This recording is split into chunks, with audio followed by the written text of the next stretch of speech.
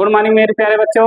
आज हम बहुत इंपॉर्टेंट टॉपिक लेके आए क्लास 10th और 11th के लिए भी आपके लिए बहुत इंपॉर्टेंट है। जो अर्थमेटिक हमारा प्रोग्रेशन होता है, समांतर श्रेणी जिसे बोला जाता है, जो हर एक एग्जाम के लिए बहुत ही इंपॉर्टेंट होता है। ये बहुत ही अच्छा चैप्टर है और काफी स्टूडेंट ऐसे होते हैं जो इनको प्रॉब्लम होती है कि हमको एपी नहीं समझ में आता, तो आपको डरने की जरूरत नहीं। आज हम आपको उससे वादा दिलाते हैं, आप अगर इस वीडियो को देख लिए कंटिन्यू तो आपको एपी अच्छी तरीके से समझ में आ जाएगा। क्वेश्चन कैसे लगाना है, फार्मूले क्या है, तो ये सारी चीज आपको बताएंगे। और आप लोग कंटिन्यू पढ़ाई को जारी करते रहिए। जैसे आपको किसी चीज की भी प्रॉब्लम ना हो, नहीं तो आप ब्रेक कर देंगे तो आपको जो छोटी छोटी चीजें आप उसको छोड़ते हुए चलेंगे। इसलिए डेली आप पढ़िए, चाहे थोड़ा ही पढ़िए। आप अपने आप को इतना मेंटेन रख के चलिए कि हमारे पढ़ाई में कोई भी ऐसी रुकावट ना आए जिससे हमको तकलीफ हो। तो आइए हम चैप्टर को स्टार्ट करते हैं। क्या है पहला है हमारा समांतर श्रेणी, जिसे अर्थमेटिक प्रोग्रेशन बोला जाता है। इसमें क्या है, सबसे पहले हम सीक्वेंस पढ़ेंगे। सीक्वेंस क्या होता है, प्रोग्रेशन क्या होता है, अर्थमेटिक प्रोग्रेशन क्या होता है। तो उसके बाद हम चलेंगे nth टर्म क्या होता है, सम फार्मूले क्या होते हैं, लास्ट से n टर्म क्या होता है। ये सारी चीजें आपको अच्छी तरीके से हम बताएंगे। तो आइए हम देखते हैं। सबसे पहले हम आपको बताते हैं सीक्वेंस क्या होता है। सीक्वेंस की बात किया जाए तो अरेंजमेंट जिसे बोला जाता है, जिसे हम असेंडिंग ऑर्डर में लिखते हैं। तो अगर सीक्वेंस की बात किया जाए, जैसे आपके पास एग्जांपल के लिए आपके पास लिखा है a set of numbers arranged, इसका मतलब क्या, आपके पास कुछ नंबर्स ऐसे 3 4 5 6 7 8 ऐसे दिए गए हैं नंबर। आपको अगर सीक्वेंस में लिखना होगा, सबसे पहले हम क्या लिखेंगे, 3 लिखेंगे, 4 लिखेंगे, 5 लिखेंगे, 7 लिखेंगे, 8 लिखेंगे। इसका मतलब यही अरेंजमेंट होता है जो हम असेंडिंग ऑर्डर में लिखते हैं। क्लियर है। अब कोई भी नंबर हो, आप उसको अरेंज करने के लिए हम क्या करेंगे, पहले स्मॉल नंबर लिखेंगे, फिर उससे बड़ा नंबर लिखेंगे, फिर उससे बड़ा नंबर लिखेंगे। तो हमारा क्या हो जाएगा, सीक्वेंस। अब प्रोग्रेशन की बात किया जाए, प्रोग्रेशन में क्या होता है, एक सीक्वेंस फॉलो करता है, पैटर्न फॉलो करता है। पैटर्न कैसे फॉलो करता है, जैसे आपके पास एग्जांपल के लिए हम आपको यहाँ बताते हैं। पैटर्न के लिए जैसे आपसे पूछा जाए कि पैटर्न, तो जैसे आपके पास लिखा गया है 2 4 6 8 10, तो ये अगर आपसे पूछा जाए कि हमारा प्रोग्रेशन कैसे होगा, तो हमारा इसमें देखेंगे कि पैटर्न जो हमारा कॉमन है, देखिए इसमें कॉमन कितना 2 इंक्रीज हो रहा है, +2, इसमें भी +2, इसमें भी +2 और इसमें भी +2। इसका मतलब क्या है, हमारा प्रोग्रेशन होगा कि एक सीक्वेंस फॉलो कर रहा है और उसके बाद उसका पैटर्न भी हमारा क्या है, 2 2 इंक्रीज हो रहा है, तो हमारा क्या हो जाएगा, प्रोग्रेशन हो जाएगा। क्लियर है। एपी की बात किया जाए, एपी में यही सारे रूल्स होते हैं, उसको हम सीक्वेंस में लिखते हैं। और प्रोग्रेशन मीन्स क्या, उसका पैटर्न सेम रहता है। तो ये सारी चीजें इसमें है, उसमें ऐड या सब्ट्रैक्ट भी हो सकता है, कितना इंक्रीज हो रहा है, कितना कम हो रहा है, ये सारी चीज इसमें होता है। तो हमारा जो जनरल फॉर्म होता है हमारा a+d, a+2d, a+3d, ये कैसे आता है, ये भी आपको हम बताएंगे अच्छी तरीके से कि ये हमारा एपी कब होगा। एपी तभी होगा जब उसका कॉमन डिफरेंस क्या होगा, सेम होगा। क्लियर है। अगर कॉमन डिफरेंस सेम नहीं है तो हम एपी नहीं कह पाएंगे। तो कॉमन डिफरेंस सेम अगर होगा तो एपी होगा। एपी अगर होगा तो उसमें सारे रूल्स अप्लाई होंगे, n टर्म और जो हमारे जनरल फार्मूले होते हैं वो भी सारी चीजें। आइए देखते हैं फार्मूले क्या होते हैं और कैसे एपी आप बताएंगे। क्लियर है।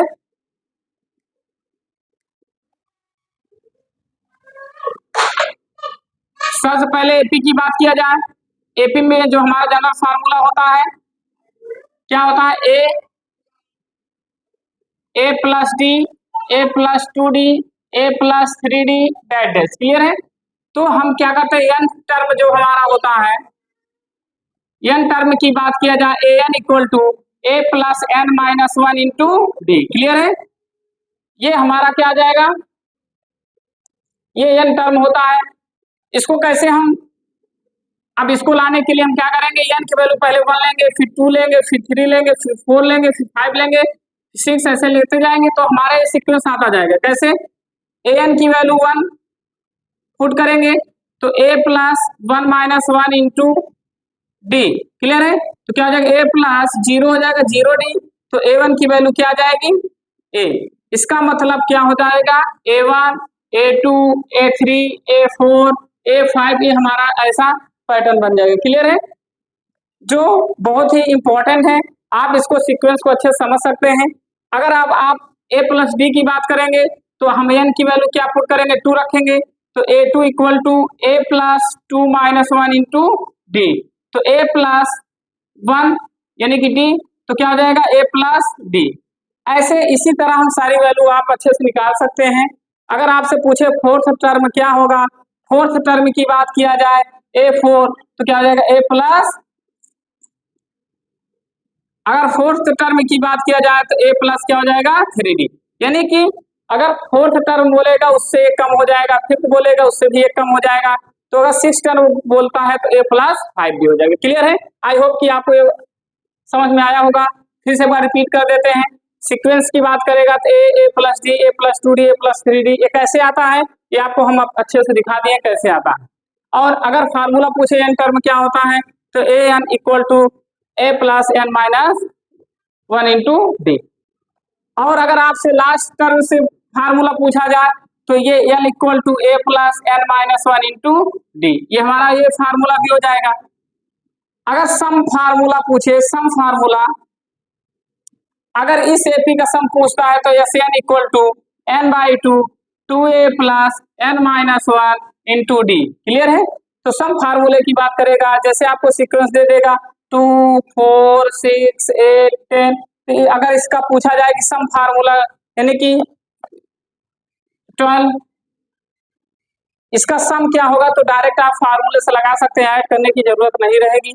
तो आप ऐसे इसी टाइप के क्वेश्चंस भी आपके बहुत सारे क्वेश्चंस हैं और बहुत ही इंपॉर्टेंट है, आप इसको अच्छे से देख लीजिएगा, जो एग्जाम के लिए बहुत ही इंपॉर्टेंट है। आप ऐसे वीडियो कंटिन्यू देखते रहिए तो हम आपको थोड़ा बहुत आपको समझाते हैं कि कॉमन डिफरेंस कैसे निकाला जाता है, तो ये सारी चीजें अभी आपको हम बताते हैं।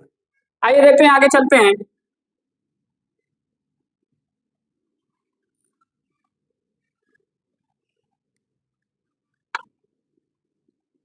एग्जाम्पल के लिए अगर कॉमन डिफरेंस की बात किया जाए, पहले हम कॉमन डिफरेंस आपको समझाते हैं। A1 A2 A3, अब सीरीज दी गई A4 डेट।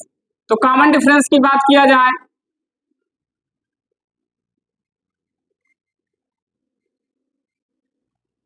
कॉमन डिफरेंस हमेशा क्या होता है, दूसरे में से पहले को घटा दिया जाता है। क्लियर है? ये हमारा क्या होता है, फार्मूला होता है, आप इसको अच्छे से देख सकते हैं।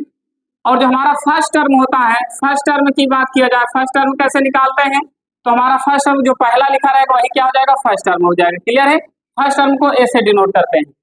जैसे एग्जांपल के लिए आपके पास 2 4 6 8 10 डेट डेट, आपसे पूछा जाए कि इसमें फर्स्ट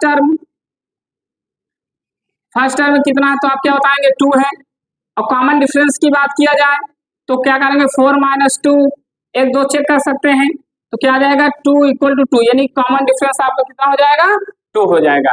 इसी टाइप को आप क्वेश्चन को और अच्छे सॉल्व करना है तो आप ऐसे वीडियो कंटिन्यू देखते रहिए। और ऐसे वीडियो देखने के लिए आप हमारे चैनल को लाइक शेयर सब्सक्राइब कर सकते हैं। जैसे आपको वीडियो को जो भी नई वीडियो आएगी तो आपको तुरंत पहुंच जाएगी और उसको अच्छे से देख सकते हैं। Thank you.